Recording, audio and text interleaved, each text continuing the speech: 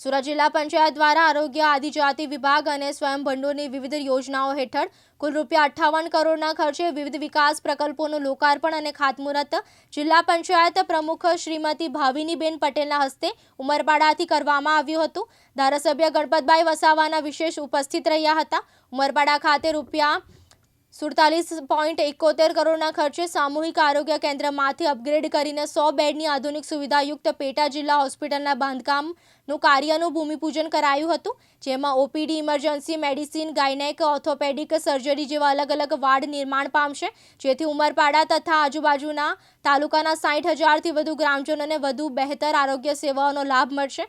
જિલ્લામાં વિવિધ સ્થળોએ સામૂહિક શૌચાલયોના લોકાર્પણ તથા 200 લોકોમાં ડોર ટુ ડોર કચરાના કલેક્શન માટે ઈ-રિક્ષાઓને ફ્લેગ ઓફ આપીને પ્રસ્થાન કરવામાં આવ્યું હતું। આ ઉપરાંત ઉમરપાડા અને માંગરોળ તાલુકામાં નવનિર્મિત આરોગ્ય સબ સ્ટેશનોનું પણ ઈ-લોકાર્પણ તથા કેટલાક સબ સેન્ટરોના ઈ-ખાતમુહૂર્ત કરવામાં આવ્યા હતા। જે વિકાસ અધિકારી ફંડમાંથી પ્રાથમિક આરોગ્ય કેન્દ્ર વડપાડા માટે મંજૂર કરાયેલી એમ્બ્યુલન્સનું ફ્લેગ ઓફ કરાયું હતું, જેથી ઉમરપાડા તાલુકાના અંતરિયાળ અને આદિવાસી વિસ્તારમાં આરોગ્ય સેવાઓ વધુ સુલભ બનશે। મુકેશ ગુરવ, દિવ્યાંગ ન્યૂઝ, સુરત।